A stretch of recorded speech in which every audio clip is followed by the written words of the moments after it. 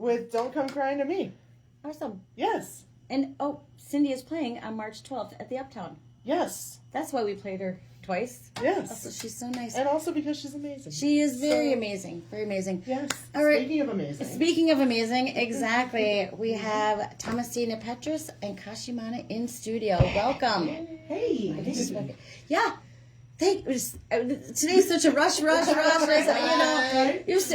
Kashimana, the last time you were here, there were a bunch of people, but all at the same time, and it was a little more. Okay, we can take a breath. Take a breath. Yes. I'm going to start.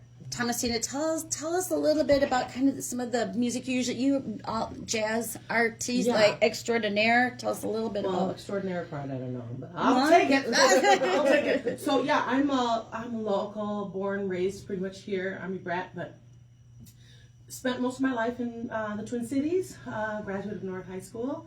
Nice, as a lot of great people are. Yes, and got into the arts then. Really fell into theater and music and dance. I really wanted to be a dancer first. So I was a trained dancer with dreams of going to New York and auditioning for Alvin Ailey. That was my dream. Oh, wow. And I fell in love with music and theater in high school, particularly through Billie Holiday. So that's where I got my jazz started, around 15 years old, 14, 15. Wow. And just have had great mentors. Cornbread Harris taught me my first jazz song, God Bless the Child. And I was like, who's this guy with this weird voice? Who's this Billie Holiday? And he's like, yeah, you're not allowed to sing her until you go to the library and research. Because I just picked her out of a book, out of a fake book. But anyway, that's how I got my start. So people identify me as a jazz singer, but I'm really a singer. I just sing from my heart. I love jazz. It's my beginning. And so, yeah. And man, I was blessed to see Kashimana. So transition right here. At this open mic night thing. We have so many great little open mics and speakeasies around the Twin Cities. Yeah. And this one called Snapped at the Green Room. Snapped open mic. Yeah, Snapped every Thursday night at the Green Room. It's awesome. I saw her play, and I've been singing other people's stuff for years and secretly writing my own songs. And I was like, you know what? I really want to see if I can write with her, see what comes out. Yeah. And this song, we decided on a date. We got together, and this song came out in like an hour. Yeah, it was fast and furious and beautiful. I think it was like clandestine or something because we were like, what did we just write? Right.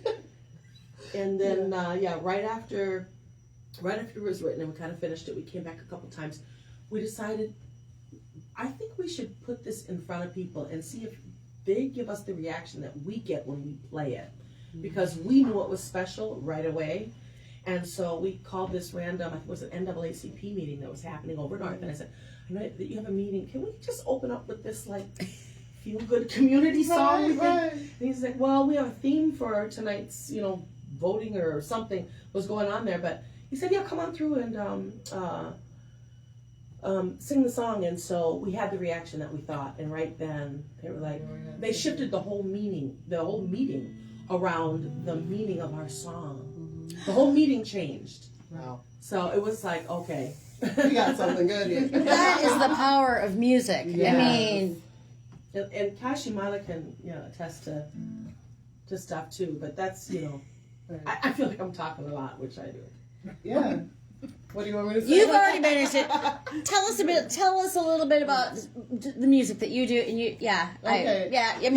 Okay, so I'm a songwriter, a composer. I've been writing. I started out also writing in the secret as a little girl when I was 8, 9, and I've always had a strong connection to music. Even my parents tell me stories of like how I just make up my songs and dance in all 4 corners, no matter where I went. That was my thing. I'd arrive, I'd get out, I'd sing and dance in one corner, sing and dance in this corner, sing and dance in that corner. And when I was done, then I'd say hello to people.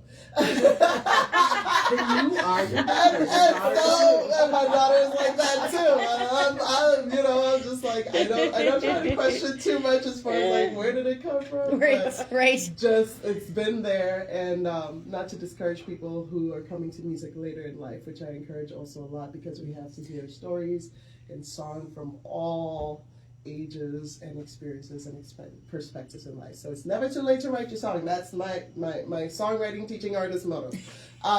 But so I love music, and I just would listen to as much as I could and dance to as much as I could. And so everything from Fela Kuti, because I'm Nigerian born. I've been in Minnesota now 26 years. That's 26 winters, okay? Hello? That's a hard winter. Okay, so all of that mixed in with hearing James Brown and hearing Bob Marley and hearing all of these international stars. And my father had a huge collection. My uncle had a huge collection of vinyl. And so, like, what they would get, I just listen and just vibe. And then on TV, they were showing all the classical operas and not operas, but every Christmas they would do like 4 and 2. What's the Charles Handel's Messiah? The huge British choir. Yes. Without fail. So I'd be there pretending to conduct these orchestras because that's what I did. And so just music has always been an important part of what I do. And then coming to Minnesota from another river place in Nigeria to another river place in the U.S., it just was natural. I love that. I love that river to river, because when I've moved away from the Twin Cities, I've lived by oceans, but there was never really not a river like the Mississippi. Right. And there's a difference. There is. Because the rivers are always moving. Yeah. That, and the people are always moving, and the people are always writing and singing. Mm-hmm. That's where I want to be. And so in Minnesota, my career has been more acoustic guitar, and then I started also learning how to loop. So I'm a loop station artist. I know, yes. Another completely different field. Awesome. And you are amazing at it. I've seen some who are amazing. I've seen some who have got some time to, No, we're all at different stages. That's the cool thing about living. Absolutely. I think part of us coming together was we created something new in that I'm used to singing with a band, either a trio, traditional jazz trio, or a big band, or theater, because I did a lot of theater. But she and I, early on, had decided, even though we've recorded this and we've got this amazing video out, Don't Buy the Lie. Yes. By Kashimana and Thomasina. It's on YouTube, it's on all platforms. But we decided what we wanted to do was show up in spaces acoustically. No PA, no microphones, just show up in small spaces where 2 or 3 are gathered. Mm-hmm. And sometimes we've even sung for one. We've even sung for one. More people come. Right. And we just sing the song right in the space to them. Yeah. And it's about this human connection that, ever since the uprising and George Floyd, there's been this weird kind of reconstruction of how people come together in community, what they feel safe with. There's a lot of anxiety around stuff. So we're very cautious and cognitive of that. But this showing up and just having the guitar and us, and then having this short conversation before we even start singing up, we did this song and we just want to sing it to people's faces, and they're like, okay, what's happening? And then once the song is sung at the end, a lot of times people get really emotional and they thank us and they cry. Yeah, and they're like, we need more of this. It feels very hippie to me. And it moves the energy. For sure. It absolutely, because I heard you all sing at the press conference. It was like the moms, Nakima. Yes, which was, and I have gone to and spoken at many a press conference, none more memorable. But it brings. And some of the things we've been talking about for a long damn time. The ERA was first proposed in 1923. And so, and the realization is the fact that we are still talking about a lot of the same things.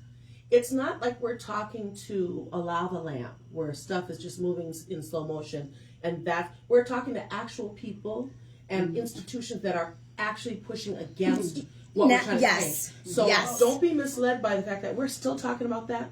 It's because people are still at work enforcing and reinforcing institutions and practices that actively push against it. Yeah. Why are we still talking about the word equality? That's weird to me. We're fighting for equality. So somebody's been actively fighting against just letting people be equal. Mm-hmm. So then that means that there were institutions put in place that were set up to be unequal from the beginning, and they're pushing to keep it that way because we've never been equal. Women have never been equal, never gotten equal pay. We've never had a fight on, we want to have more. We want to be paid the percentage more across the board that men used to get paid. We want that now. Nobody's ever fought for that. We want to have we want to have a reverse Jim Crow. Nobody's ever fought for that. The only thing people who have been oppressed have ever fought for is equality. And it's like we're still fighting for the word equality. Seems so. So you can't even allow people to be equal with their own efforts. So and that's what young people need to understand, is that that's the real fight, is that it's not some make-believe entity of stars. It's people, it's bodies. It's white male power structure that actively pushes against and sits in rooms and thinks about, okay, so how do we make it so that it doesn't sound like that, but that's exactly what it is. I think it's just name it. We all know what it is because we're actively fighting against it. I'm doing the same job as you and I get paid 70 cents and you get paid $1. Like, what is that? It's insane. It's beyond. And it's happening the Twilight Zone. It is the Twilight Zone. And I think people don't understand. That's happening now. It is. Well, I mean, it's actively happening. Yeah. And been happening. Yes. It's always. But people have always been fighting, and it's frustrating that we have all been fighting these things in our. Okay, go ahead. I hope everything's okay. That we've been actively fighting this generation to generation, the same issues. Oh, I can't have healthcare. I can't have childcare. I can't have any of these. It's the same struggles. And even just my mother-in-law, I was talking to her. She's like, "Yeah, I wanted to buy a duplex so I could be a businesswoman and have my own rental property in the 70s or the 60s." And she was like, "I couldn't do it without my brother signing on the loan." I walked into the bank and they laughed me out of there. So the place she wanted to buy, I think it was on Summit or Grand. How much is a house on Summit and Grand worth today? Yeah. Right? Exactly. Say no more. Right. Generationally, I agree with you, but we've been fighting every step, and we're fighting the same fight. And this song reminds us that we're all connected in this fight. Yeah. You might be angry here it's easy to be angry at the person you never run into in your daily life, right? Mm-hmm. The fear of the other. Yeah. But is it that you're really angry at? What are you really angry at? I think there's a confusion about all of this has been happening all of our lives, right? As women, as Black women. Yeah. And the idea is if the institutions that are in place can oppress as they have, then why isn't it working for the people who put it in place? Why aren't they happy? Why aren't they satisfied with the positions that are in place? Like, why isn't there a feeling of success? Why is there always this idea of discontent? Why are there so many discontented because they're so trapped by the... And that's part of this song. This song is none of us are free. This song is a love song to all human beings, especially them. Because it's a lie. You bought into a lie that doesn't even work for you. Cannot figure out why this is not successful for you. This whole society is set up for white men to succeed, and when they need help, they can get it. And this is where you go, but it still doesn't work all the time. And how do you figure out, why doesn't this work for me? Why am I not happy with this? And so this "Don't Buy the Lie" is speaking directly to them. It is going to cost you too. If you spend your whole life pretending that we don't matter or we matter less, not saying it out loud, but in action and process, and the fact that you don't fight for equality too for everybody, that you're choosing to not look, means you have to consciously know where you're not looking so that you don't turn there. So there's an energy around not focusing over there. And when your kids and the people that you are in charge of loving and raising go, "Well, what's over there?" No, we don't look over there. Don't. No, we don't invite them to the house. Well, it's fine for you to be at school, but don't bring them home. Do you know what I mean? That whole thing, that is a conscious energy that you live with your entire life. That's the poison. So, anyway. Should we do some music? Yeah. Yeah, we'll do some music. Yeah. Thanks for waiting for me. I mean, when your kid calls 3 times, you gotta call back. Yeah, It's all that's good. true. I feel Sorry, it. yeah, like with that, yeah, mama, yeah. Yeah, let's hear it. Okay. Okay. Okay, so this is Don't Buy the Lie. And this is for the love of everyone who has ears to hear and a heart to feel. Boom. Boom.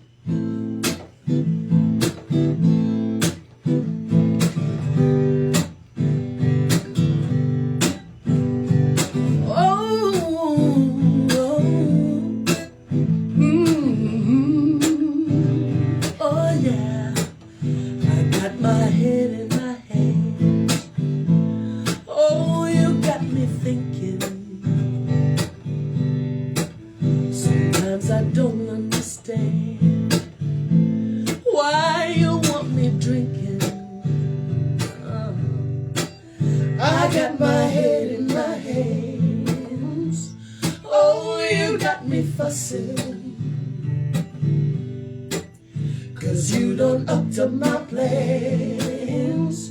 Now you got me cussing. Tell me why you want me naked, why you want me bruised, why you want me frightened, hopeless and confused. Don't buy the lie, it's gonna cost you too.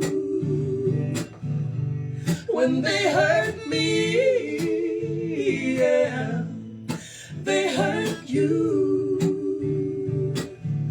We're all connected.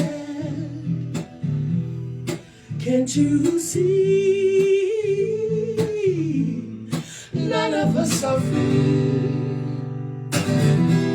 till all of us are free. You don't care who I am. You don't wanna know me. You just wanna cause harm. Told the world you show me. You ignore what is true. Rather be blind than see me. But the shame is on you. 'Cause you can never own what's always been free. So afraid to face it, so afraid of truth. Mothers nursing hatred. What's this world coming to? Don't buy the lie, it's gonna cost you too. 'Cause when they hurt me, yeah, they hurt you. We're all connected, yeah, yeah. Can't you see? None of us are free, no, no, till all of us are free. My heart in my hands, dreaming of what could be.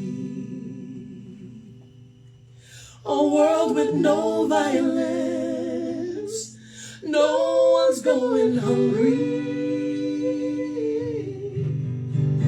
No, no, no one's in addictions, no one's dying young, no. Every life is sacred, more sacred than your guns. Don't buy the lie, it's gonna cost you too.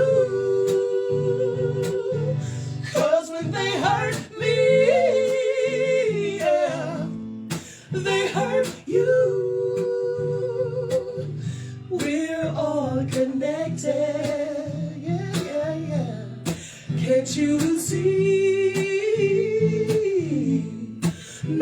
us are free. No, till all of us are free. None of us are free. Till all of us are free. Then everybody who's hearing us say it. None of us are free. Till all of us are free. Yeah. Power to all the people. Yeah. We heard you. We felt you out there. Well, one, your voices. But there are just so many powerful lines in there that you can't buy what's meant to be free. Maybe not in that kind of thing, but that I think that's so important because I think that's with the patriarchy and kind of supremacy. You're playing a different game. Yes. We're playing a game where we're doing a jigsaw puzzle, and you're playing some cutthroat game of poker. And just because you write it down in a corrupt system that says it's a law or it's a thing that you just changed overnight to benefit you, it's a morally corrupt thing, and you know it's wrong. Even though you sold a person, that person was stolen. Yes. Even though you make a purchase on a piece of land that was stolen, you own stolen land. Yeah.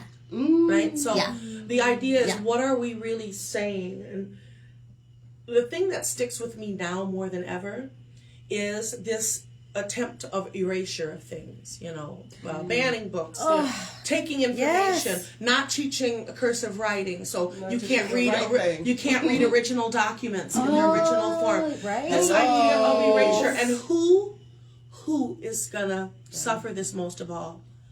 The children of the oppressors, because they're the ones who are being kept from the oppressor. The world is teaching their children about the practices of America.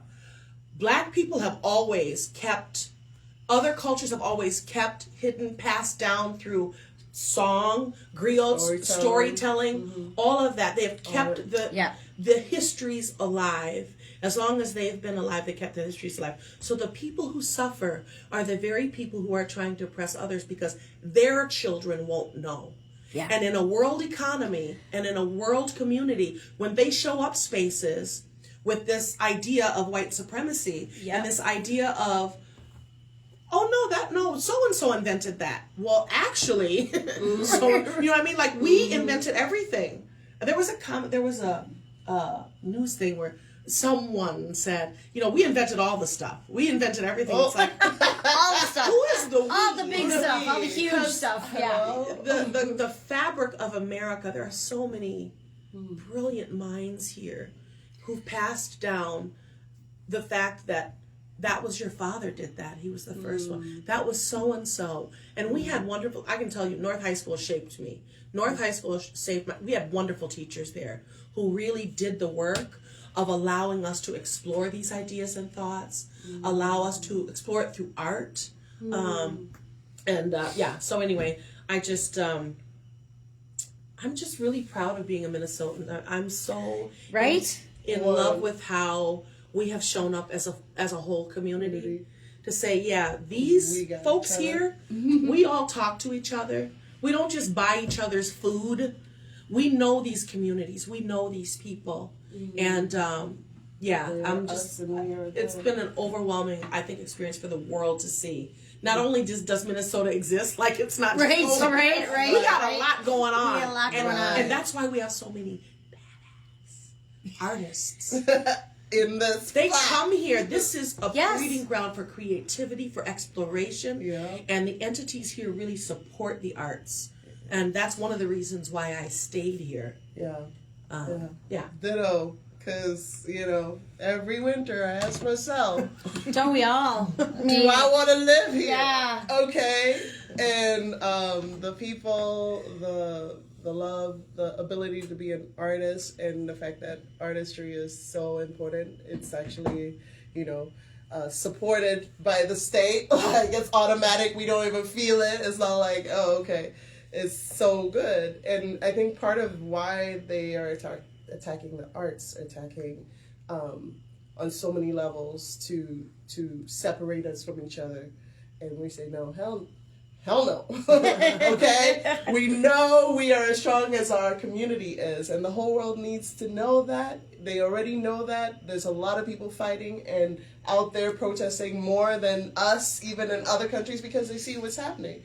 And, you know, for those that are in a privileged place to be like, oh, I can just put my head down and, you know, that lie. Don't tell yourself that lie. Wake up. Look around. You know, the whole merit thing. You know, oh, well, if they have merit, they can do this. I was like, so there's never been really smart people over time. Like, I've seen letters of people being told you can't go to medical school because you're black. Been told, we have evidence of this. Yeah. So the lies that came out when Alex Preddy, Renee Good, and they also try to vilify them. This has always been their plan. This has always been their strategy. You make him look like a villain, and then you justify and, manufacture consent for the horrible thing that's happening. Yeah. So, don't buy the lie. Yeah, if you can stand in the mirror and say the things you're thinking out loud to yourself. Remind yourself. Well, it might come out different. Right. Yeah. I mean, if you stand in the mirror and say, yeah, she deserved to be shot in the face. That is not. And look at yourself saying it. You like, can't own even it. Believe it. It feels. It's wrong. You just do wonder. And people do that on Facebook all the time. Yes. And I'm like, how can you say that? Yeah, Type it's it not out a mirror. on You're Facebook. putting it out there. You don't Yes. It's just your fingertips. The only thing you're connected to are your fingertips to your phone. You are completely disconnected and protected. So your mind can literally wander and be wild and crazy on social media, and it's so dangerous because we've grown children on social media, and they're thinking that that's a reality that and we've got to kind of tell them the story of yesterday. We did a Bob Marley. I was lucky enough to be asked to be a background singer.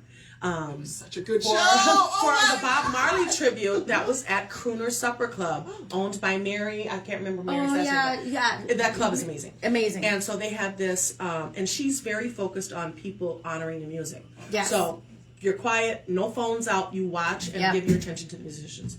This band is insane. My husband happens to play in it. But the band it's amazing. Horns, it was perfection. Anyway, it's Bob Marley. His music is spiritual, it's political, it's heart and soul.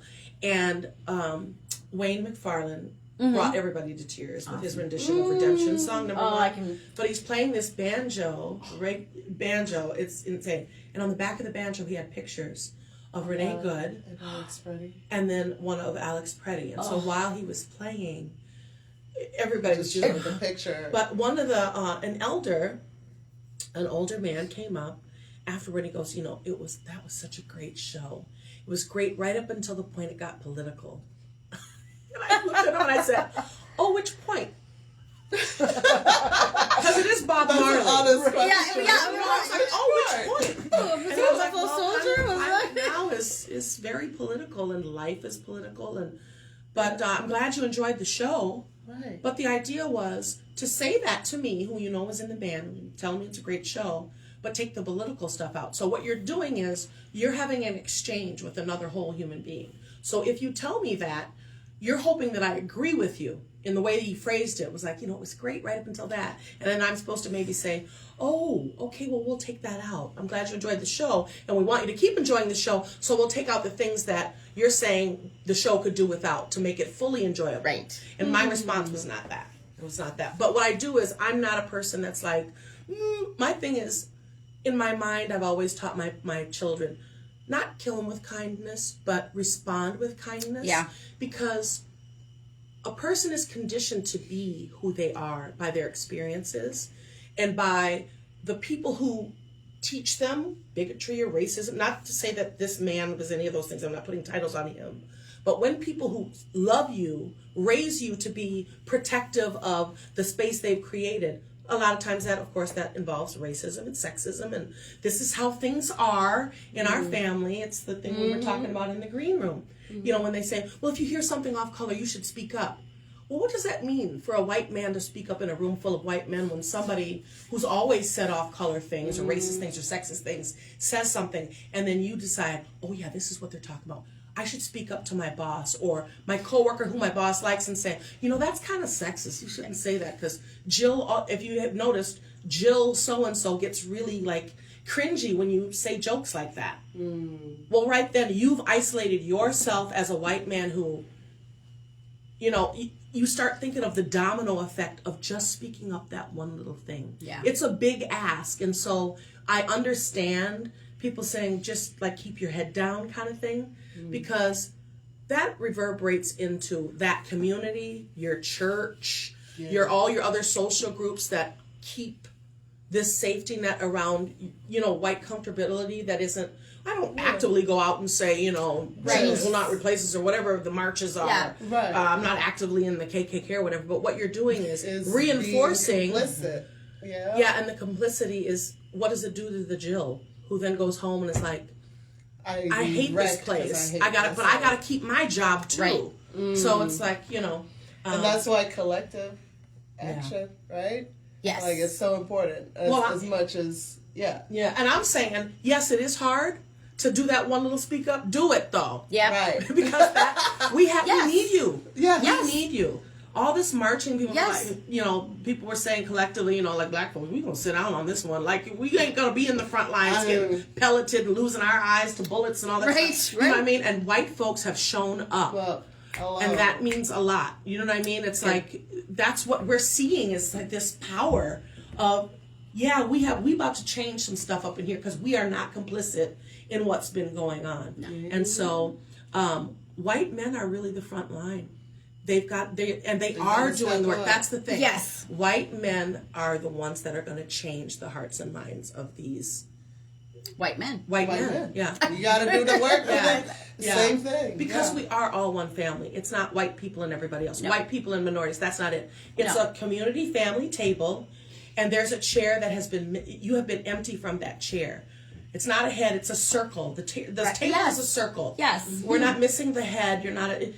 There is an empty chair there where this idea of whiteness has been missing in the family circle of color. You know, white is a color. Yes. We gotta. Yes. White is a color too. Yeah. So you gotta keep. Yeah. I just have a love for all people, and I believe you gotta keep speaking. Yeah. Even though it feels like you might change things, that's the thing. Change is inevitable, right? Yeah. So it might as well change it for the better. And none of us are free till all of us are free. Yeah. That is true. That's how the song, That is as so the song says. true. As the song says. So if you notice, whatever lies you've been telling yourself that's not the case, stop it. And think about what success, if your success means it costs someone else, is that success? Yeah. Say it again. If success comes at the cost of someone else, is that really success? Can you really rejoice in that? Yeah. Can you really tell your kids, we earned this through I always come back to kindness and love, because really all this talk that I'm doing is like really about people thinking about what is the kindest thing to do, because it always, I got like 2 minutes. I feel like, I want it to be 2 minutes. Lead with kindness, do the right thing. No, do the right thing. Yes. Well, and I want to give the last one. Thank you. I mean, this has been so inspiring. So we're so glad you're here. International Women's Day. And next time we'll do this for 2 hours. I'll be on a chest time about stuff. Yes. Where can folks connect with you, see you? You're playing. Did I just see you're at the Twin City Jazz Fest again? I'll be at the Twin Cities Jazz Fest in June on the main stage this time. So we're super excited with the Selby Avenue Brass Band. And please go to our site, thomasinasmusic.square.site. Thomasinasmusic, THOMASINAS. .music. I think you've practiced that a couple times. Yeah, Thomasina's Music, sorry. Thomasinasmusic.square.site. We have a t-shirt that has the chorus on the back, so now that you've heard the song, you can sing it to people, teach them, and we'll see you out and about. Yay! Yes, and if you want us to pop up, please reach out. We're trying to pop up in community where People Power is at the center. Yeah. So that's such a great idea. I'm going to find different places, because you know. Oh God, we have 1 minute left. We're going to be at the no Kings. I'm hoping. Yes, We're well, hoping. We're I know there's a hoping. lot of We're people, hoping. We're but- hoping. I think there's some power behind heaven. Yes. heaven And then the folks. 11th, you have an opening that we're going to sing the song at. The Oh, art yes. gallery Yes. at Oh, my North High gosh. So, School. my friend from North High School, Peter Macon, he's phenomenal. He's a phenomenal artist, actor. He's in film now, bigwig, but he's a phenomenal artist. He was an artist first and always. He's having an opening at Homewood Studios, but on March 11th, which is coming up in a couple days, North High School, 5 to 8. North High School, 5 to 8 on March 11th. And then the 12th will be at the gallery. And we're opening with this song. So, yeah. All right.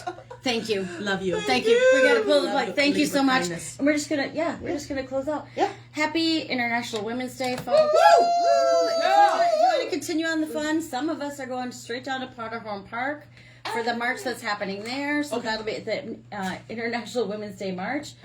Yes. I got to get my tongue working again because I'm going to be one of the So thank you for listening to Mostly Minnesota Music on WMCN 91.7 FM in St. Paul. Langan, where can they find you? You can follow all my shows and music at girlattherockshows.com. All right. All right. Thank you very much. Thank you. Thank you. Thank you. Thank you. Thank you.